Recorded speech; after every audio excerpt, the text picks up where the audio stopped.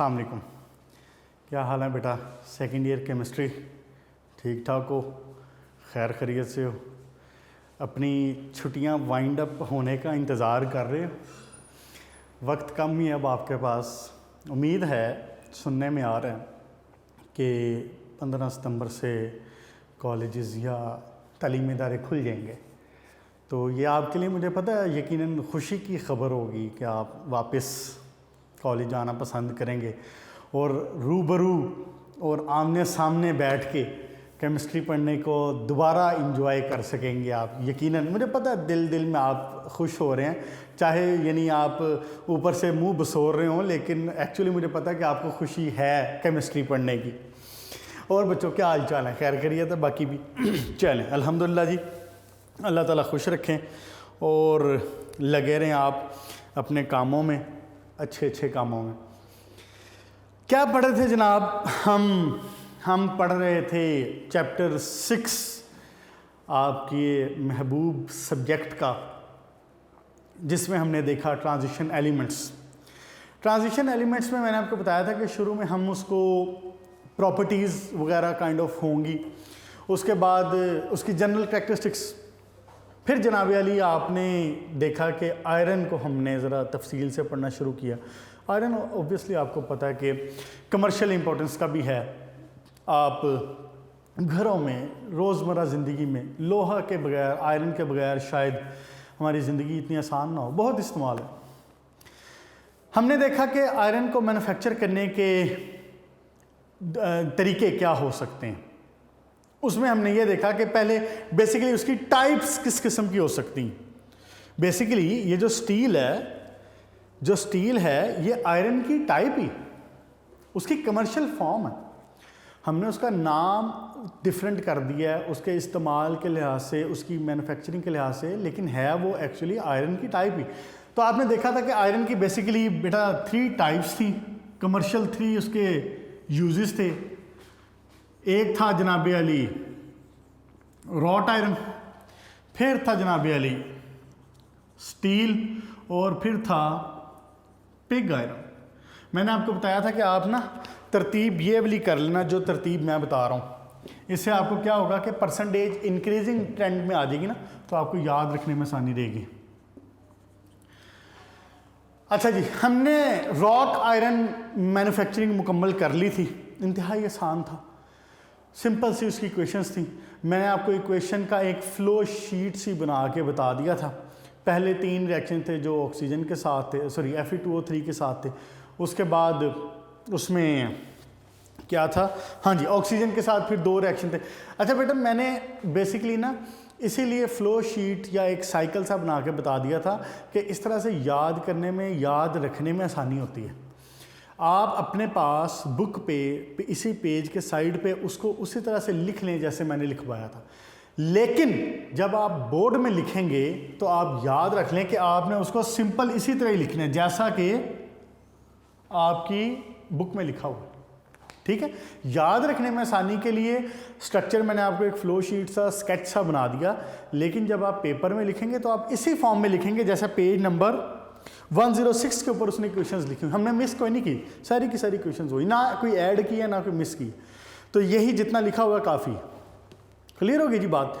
आपने इसको इसी तरह से उठा के लिख देना है जैसा बुक पे लिखा हुआ। उसके बाद जनाब पेज नंबर 107 तक हमने इसको कर लिया था मुकम्मल। अब आज हमने स्टार्ट करना है स्टील। ए रॉट आयरन की टाइप एक हमने पढ़ ली, मैन्युफैक्चरिंग ऑफ रॉट आयरन। अब हम करते हैं स्टार्ट स्टील। पिग आयरन की मैन्युफैक्चरिंग हमने नहीं पढ़नी, पिग आयरन से ही मैन्युफैक्चरिंग की जा रही है सारी। मैंने क्या बोला है? हमने पिग आयरन की मैन्युफैक्चरिंग नहीं पढ़नी, ये सारी जो मैन्युफैक्चरिंग की जा रही है, स्टील भी अभी डिस्कस होगा, तो स्टील में भी ये मैन्युफैक्चरिंग पिग आयरन इस्तेमाल होता है उसमें, फिर उससे स्टील बनाया जाता है। तो शुरू करते हैं आज का टॉपिक, और वो है स्टील। आप इसके नाम से अच्छे खासे वाकिफ़ हैं, इसके नाम से आप अच्छे खासे वाकिफ़ हैं। ख़ास तौर पे बहुत कॉमनली जो आपने इसका नाम सुना हुआ है, वो आपने सुना हुआ है कि घर में अम्मा आपको कहती हैं कि बेटा स्टील के बर्तन में ये चीज़ बनाना या स्टील के बर्तन में ये चीज़ पकाना, बहुत इस्तेमाल होता है। स्टेंसिल्स यूटेंसिल्स के तौर पे, किचन में बर्तन के तौर पे बहुत इस्तेमाल होता है स्टील। उसके बाद एक बहुत बड़ा मैन्युफैक्चरिंग और इसकी बहुत बड़ा इस्तेमाल हमारी कंस्ट्रक्शन इंडस्ट्री में। कंस्ट्रक्शन इंडस्ट्री में आप देख लें स्टेनलेस स्टील का कितना बेतहाशा इस्तेमाल है। स्टील बेसिकली आयरन का एक एलॉय है। क्या है? Alloy of iron. हम करते क्या हैं? आयरन लिया जाता है, उसमें अपनी मर्जी और ज़रूरत के मुताबिक, क्या मैंने कहा है, आयरन लिया जाता है, उसमें अपनी मर्जी और ज़रूरत के मुताबिक, जैसी आपको ज़रूरत है, आप उसमें टंगस्टन, क्रोमियम, मोलिब्डेनम, मैंगानीज, ये सारे, इनमें से जिंक, इनमें ये सारे या इनमें से कोई भी एलिमेंट उठा के मिक्स करते हैं और उसका एलॉय बनाते हैं। अब जैसे मिसाल के तौर पे मैं आपको बताता हूँ कि आपका ये जो एलॉय है ना, ये जो घरों में इस्तेमाल होता है, उसमें मोस्टली क्रोमियम डलता है। क्रोमियम और आयरन का मिक्सचर होता है जो आप, जिसको आप कहते हैं स्टेनलेस स्टील। स्टेनलेस स्टील बोलते हैं ना। स्टेनलेस स्टील क्यों बोलते हैं आप उसको? Stainless steel. स्टील का सबसे बड़ा एक फ़ायदा ये है कि इसको जंग नहीं लगता। देखें, आप आयरन कहीं पे भी यूज़ कर रहे हो, लोहा कहीं पे भी यूज़ कर रहे हो, उसको जंग लग जाता है। आपके घर में अगर जालियाँ, दरवाजे, वो जैसे सीढ़ियों की साइड पे रेलिंग्स होती हैं, इसके अलावा भी बेशुमार रेलगाड़ी के डब्बे और इस तरह की बेशुमार, फिर गाड़ियों में इस्तेमाल होता है, गाड़ियों में बहुत सारे पार्ट्स होते हैं। तो आपने देखा होगा कि जहाँ पे आयरन इस्तेमाल हुआ हो ना, उसको जंग लग जाता है कुछ अरसे बाद। हम पढ़ेंगे इंशाल्लाह ताला क्रोयन भी, जंग लगने का मामला भी पढ़ेंगे। तो लेकिन ये जहाँ पे आपका इस्तेमाल होता है स्टील, तो स्टील को बेसिकली स्टेनलेस स्टील इसीलिए कहा जाता है क्योंकि इसको जंग नहीं लगता। क्लियर जी? तो ये एलॉय ऑफ आयरन है। तो उसके बाद जनाब अली स्टील की हमारे पास 3 टाइप्स हैं। एक लो कार्बन स्टील, या जिसको माइल्ड कार्बन भी कहते हैं, लो कार्बन या माइल्ड कार्बन। उसके बाद मीडियम कार्बन, उसके बाद हाई कार्बन। नाम याद रहेंगे, पेज नंबर 107 पे मार्क भी करें इसको। इंपॉर्टेंट शॉर्ट क्वेश्चन है, बोर्ड में उसने पूछा हुआ है टाइप्स ऑफ स्टील के नाम से, शॉर्ट क्वेश्चन। अगर वो पूछ लेता है तो आपने जितनी डिटेल इसने यहाँ पे लिखी हुई है ना, ये 10-15 लाइंस इसने बनाई हुई हैं, इतनी तफसील में जाने की ज़रूरत नहीं है, लेकिन आप उसको तीनों टाइप्स बताएंगे और इसकी परसेंटेजेस बताएंगे जो भी मैं आपको बताऊंगा। क्या एलॉय ऑफ कार्बन या स्टील, क्या सॉरी एलॉय ऑफ आयरन या स्टील, क्या है उसकी 3 टाइप्स। एक माइल्ड कार्बन, इसको लो कार्बन याद रखने के लिए कह लें, medium carbon steel, high carbon steel. अब नाम से भी जाहिर है। अच्छा, एक चीज़ और नोटिस करें जरा, पेज नंबर 106 पे मैंने आपको बताया था स्टील में कार्बन की परसेंटेज क्या होगी, वो थी 0.25 से 2.5%। याद आया? 0.25 से 2.5%। अब ये जो हमने 3 टाइप्स बताई है ना, ये इसी के अंदर ही वेरी करेंगी, इसी के अंदर ही डिफ्रेंशिएट होंगी। देखें ज़रा कैसे। अगर कार्बन की परसेंटेज 0.1 से 0.2% है, हम इसको कहेंगे कि ये माइल्ड कार्बन। ये क्या है? Mild carbon, low carbon. अगर कार्बन की परसेंटेज 0.2 से 0.7% तक है तो इसको हम कहेंगे ये मीडियम कार्बन स्टील है।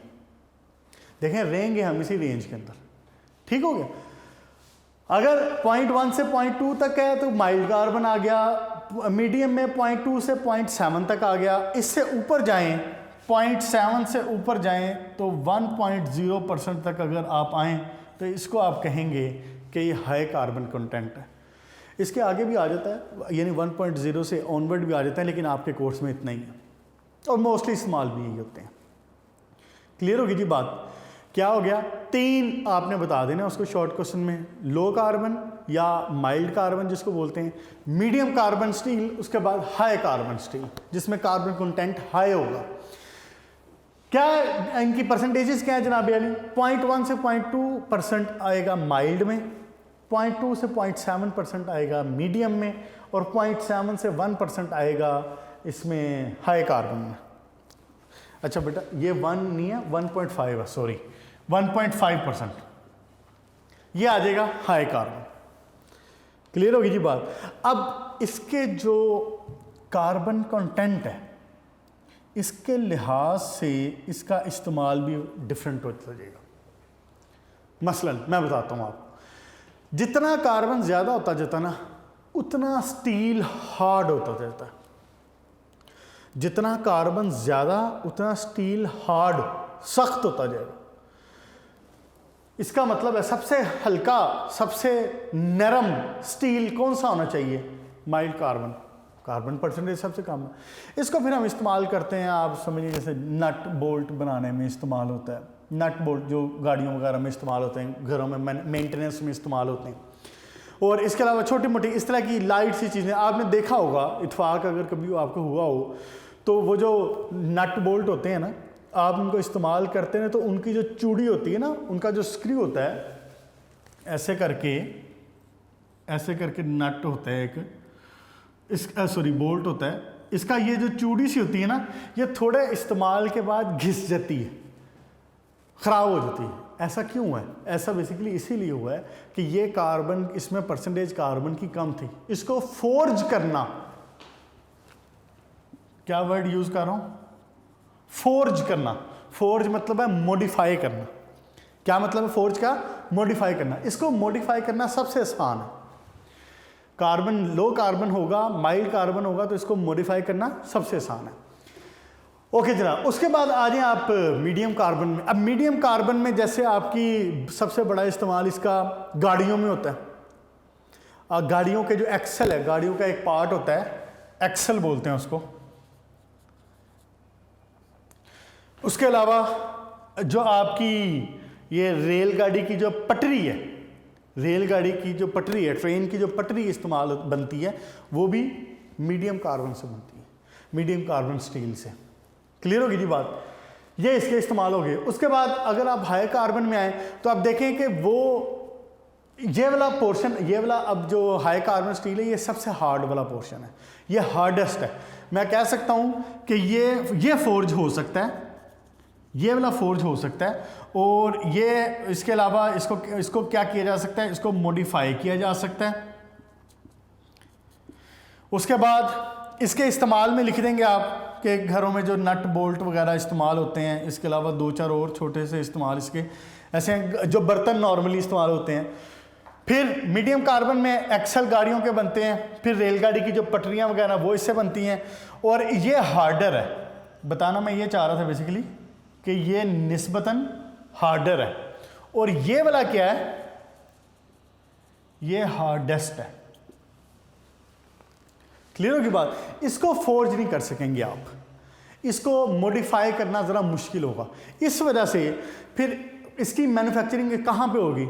इसकी मैन्युफैक्चरिंग होगी वहाँ पे जहाँ पे हम मॉडिफाई होना बर्दाश्त नहीं कर सकते। मसलन गाड़ियों का जो इंजन के पार्ट्स होते हैं, क्योंकि इंजन में हीट होनी, ये ना हो कि आप जब उसको हीट सप्लाई करें, हीट उसको मिले तो वो अपनी उसमें डी शेप हो जाए।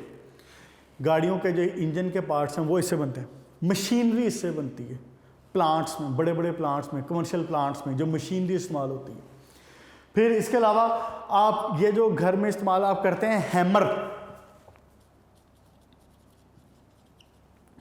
हैमर घर में इस्तेमाल होते हैं या इंडस्ट्री में इस्तेमाल होते हैं, हथौड़े, ये सारे इससे बनते हैं। फिर कटिंग टूल्स,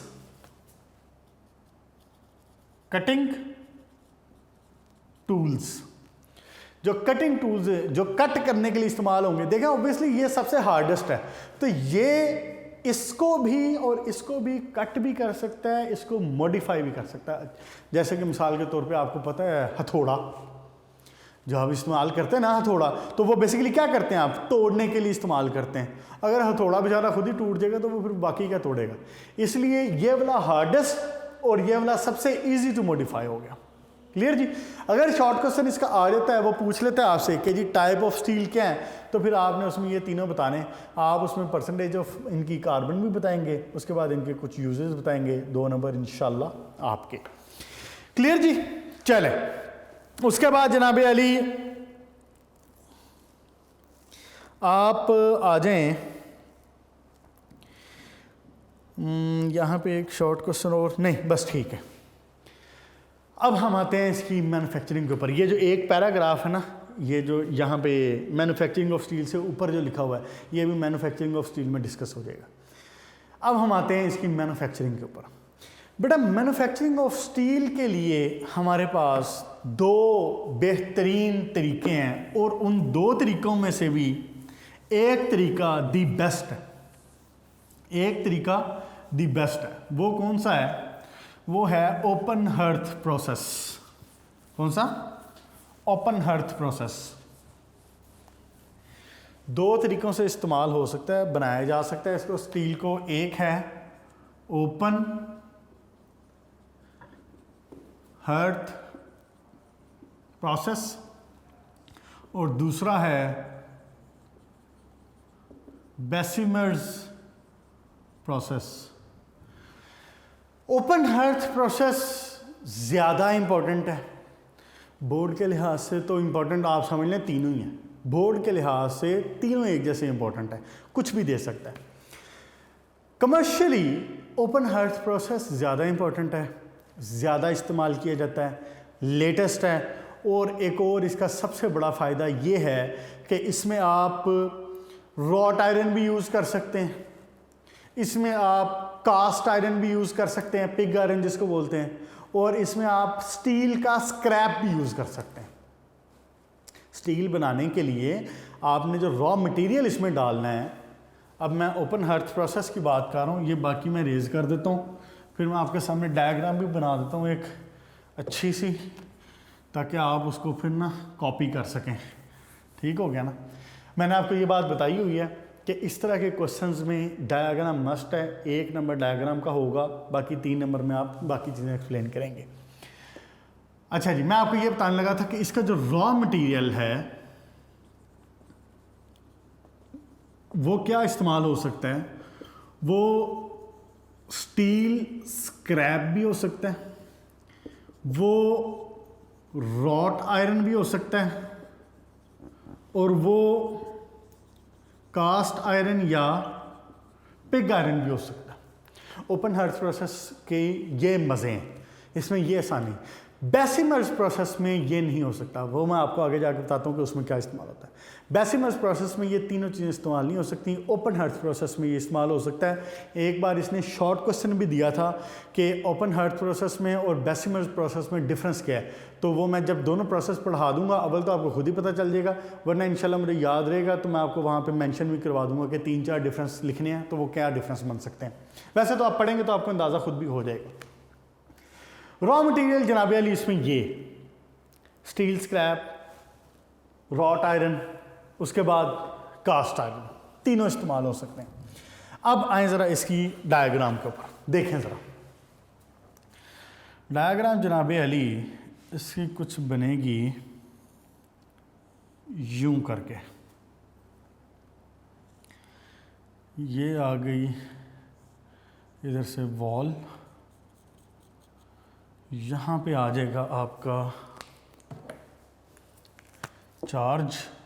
चार्ज का मतलब मैंने आपको बताया हुआ है पहले, कई दफ़ा बात हुई है हमारी कि चार्ज क्या होता है। आप अच्छे बच्चे हैं, याद रखने वाले बच्चे हैं और पढ़े लिखे बच्चे हैं, तो मेरा ख्याल है कि आपको पता होगा अब कि चार्ज क्या होता है। चार्ज बेटा वो मटेरियल है जो कि मैन्युफैक्चरिंग में इस्तेमाल हो, यानी जिसको आप बेसिकली कह सकते हैं माल, रॉ मटेरियल, माल जो उसके अंदर डाला जाता है। अच्छा जनाब, ये हो गया। उसके बाद जनाब अली यहाँ पे आनी है आपकी छत। तो छत हम बना लेते हैं कुछ ऐसे करके। इसकी जो छत है वो यूं और यूं होने के बाद ऐसे और उसके बाद फिर ऐसे, सॉरी इसको आगे तक ले जाते हैं, फिर ऐसे। ये है जनाब मेरी आपकी रूफ, यूं ऐसे। ठीक हो गया जी। प्रैक्टिस कर लेनी है आपने, कोशिश करनी है कि मेरे जितनी अच्छी बना लें डायग्राम, मेरे जितनी अच्छी ना बना सकें तो मेरे से अच्छे बनाने की भी इजाज़त है, कोई मसला नहीं है। ठीक हो गया। ये आ गई जनाब वाली आपकी रूफ। नोटिस करें कि इसकी रूफ करीब करीब उस तरह की है जैसी कि रॉट आयरन की मैन्युफैक्चरिंग में थी, विद अ लिटिल डिफरेंस। ये है रूफ, ये इसकी आ गई बेस कह लें या सपोर्ट कह लें।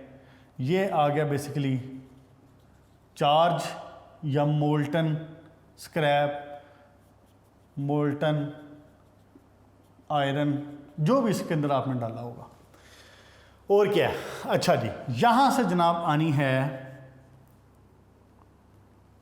From the furnace air,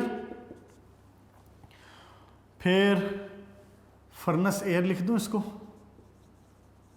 furnace air. ठीक हो गया, ओके। यहां से इधर से एंटर होगी हॉट एयर। क्या एंटर होगा? Hot air. और ये हॉट एयर बेसिकली आ कहां से रही है? ये हॉट एयर आ रही है यहां से।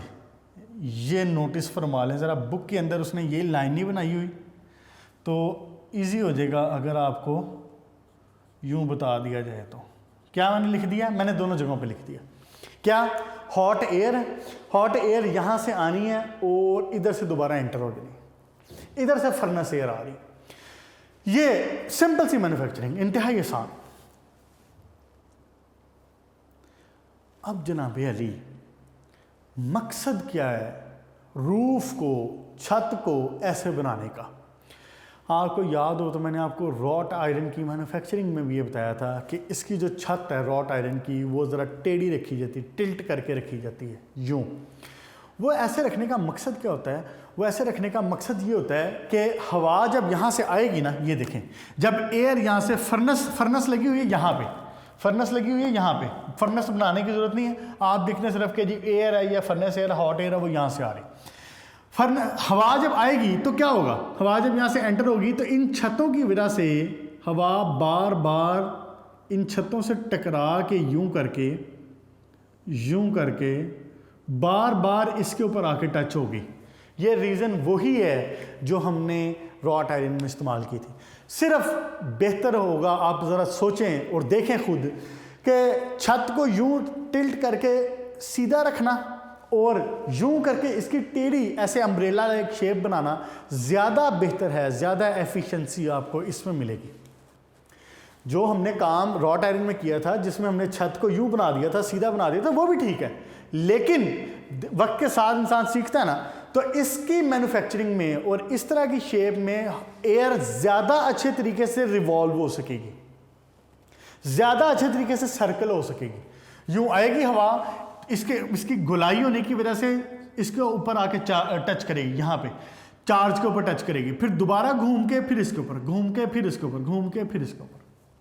उसके बाद अब अगला पॉइंट देखें ज़रा, इसमें इंपॉर्टेंट इसमें एक और पॉइंट क्या है, वो ये कि जब ये एयर यहां से एग्जिट हुई है, यहां से एग्जिट होगी ना, ये देखें एग्जिट मैंने शो किया हुआ, जब ये एयर यहां से एग्जिट हुई है तो हमने इस एयर को वेस्ट नहीं किया।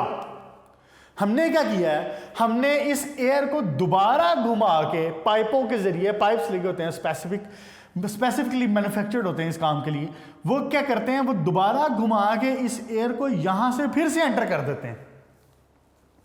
इधर से फ्रेश भी आ रही है, इधर से जो पहले वाली हॉट एयर है वो भी इस्तेमाल हो रही है। तो आप देखें कि ये प्रोसेस ज़्यादा एनर्जी एफिशिएंट नहीं है, बिल्कुल ये प्रोसेस ज़्यादा एनर्जी एफिशिएंट है। हम इसमें एनर्जी वेस्ट होने का जो चांसेस हैं वो कम है। इस तरह के काम को, इस तरह के प्रोसेस को कहते हैं कि ये रीजनरेटिव प्रिंसिपल पे काम कर रहा है। Regenerative principal. क्लियर होगी बात? क्या इसमें हीट को वेस्ट नहीं किया जा सकता, जा रहा, ये मोर एनर्जी एफिशिएंट है। क्लियर? इसमें क्या हो रहा है, एयर जो यहां से एक बार गोल गोल घूम रही है, बार बार टच हो रही है, बार बार टच हो रही है, बार बार टच हो रही है, जब वो एग्जिट हो रही है तो हम उसको वेस्ट नहीं कर रहे, उसी एग्जिट होने वाली एयर को दोबारा घुमा के यहां से लाया जा रहा है और उसको दोबारा इंजेक्ट किया जा रहा है। क्लियर होगी बात? रीजनरेटिव प्रिंसिपल पे काम करता है। बाकी जनाब अली इंतहाई आसान सी बातें हैं, सिंपल। क्या हमने इसमें करना है, आपको मैंने रॉ मटेरियल बता दिए हैं। रॉ मटेरियल जो भी है, जो भी माल है, वो ला के हम रखेंगे इसके अंदर, यहाँ पे रखेंगे। इसकी ये जो लाइनिंग है ना, ये वाली जो लाइनिंग है, इसकी दो टाइप्स हैं, ये मैं आपको बता देता हूँ। अब मैं रॉ मटेरियल वाला रेज करने लगा हूँ, रीजनरेटिव प्रिंसिपल वाली बात भी हो गई। बस इतनी सी बात है, इतनी सी बात आपने इसकी समझ ली है, आपने इसको एक्सप्लेन खुद ही कर लेना है। डायग्राम बना देनी है, पॉइंट्स बना देने हैं, हेडिंग्स बना देनी है, एक्सप्लेन खुद ही कर लेना है। अल्लाह अल्लाह खैर सल्ला। देखें जी जरा, इसकी जो लाइनिंग है ना, बेस की लाइनिंग, ये दो तरह की हो सकती है। ये जो बेस लाइनिंग, इसकी बात कर रहा हूं, ये जो ब्लू में मैंने बनाया हुआ है, ये जो लाइनिंग है, ये दो तरह की हो सकती है। डिपेंड करता है कि हमारे पास जो चार्ज है उसकी नेचर क्या है। हमारे पास जो चार्ज है उसकी नेचर क्या है। अगर उसके अंदर जो इम्प्योरिटीज हैं वो बेसिक हैं, देखें जरा, अगर इसके अंदर एक काम ये किया जा सकता है कि इसकी बेसिक लाइनिंग की जाए और दूसरा इसका किया जा सकता है एसिडिक लाइनिंग की जाए। लाइनिंग क्या हो सकता है, एक बेसिक लाइनिंग और दूसरी एसिडिक लाइनिंग। अगर इसके अंदर जो इम्प्योरिटीज हैं वो एसिडिक हैं तो हम क्या करते हैं, उसकी जो लाइनिंग होती है वो बेसिक करते हैं। अगर बात सुन ले दोबारा गौर से, अगर इसके अंदर जो इम्प्योरिटीज हैं वो बेसिक हैं तो लाइनिंग बनाई जाती है एसिडिक। क्या फ़ायदा होगा, उसके साथ रिएक्शन करेगा, सॉल्ट बना देगा। एसिड और बेस का रिएक्शन होगा तो क्या बना देगा, सॉल्ट बना देगा। अगर इसके अंदर जो इम्प्योरिटीज हैं वो एसिडिक हों तो फिर लाइनिंग कौन सी की जाती है, फिर लाइनिंग की जाती है बेसिक। क्लियर बात? देखें जरा, मिसाल के तौर पे आपकी जो एसिडिक इम्प्योरिटीज हैं वो क्या हो सकती हैं, एसिडिक इम्प्योरिटीज हो सकती हैं सल्फर, एसिडिक इम्प्योरिटीज हो सकती हैं फास्फोरस। अब आप मुझे बता दें कि सल्फर और फास्फोरस को मैं एसिडिक क्यों कह रहा हूं। हाँ जी, सल्फर और फास्फोरस को मैं एसिडिक क्यों कह रहा हूं।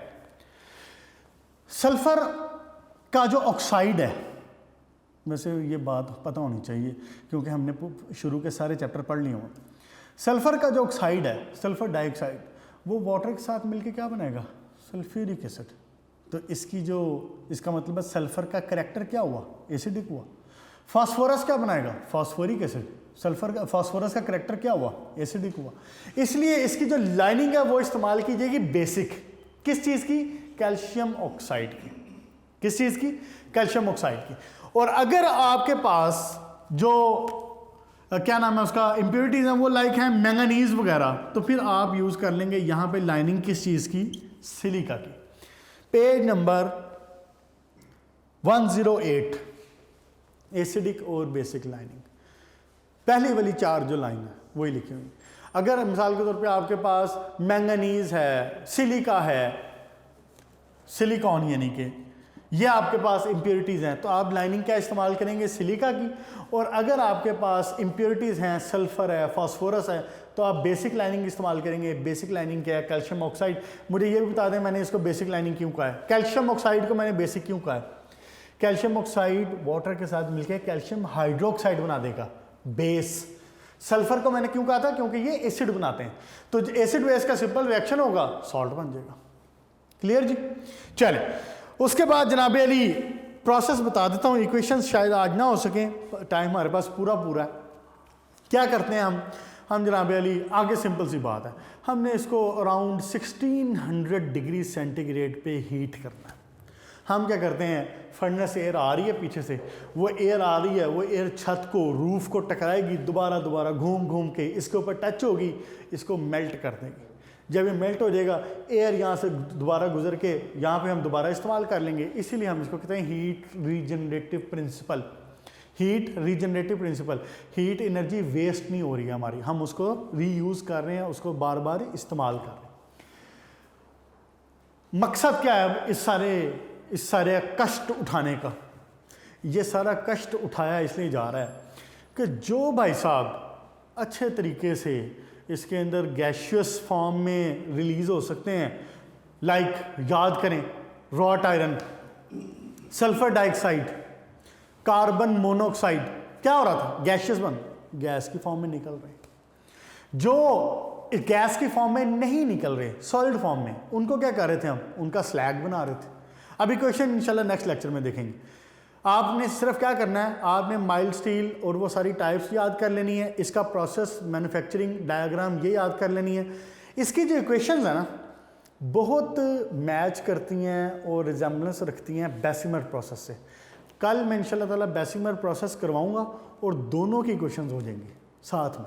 इसकी इक्वेशन ज़रा 2-4 ज़्यादा हैं, बेसिमर की तो बिल्कुल ही कुछ नहीं है, बिल्कुल एक जैसी।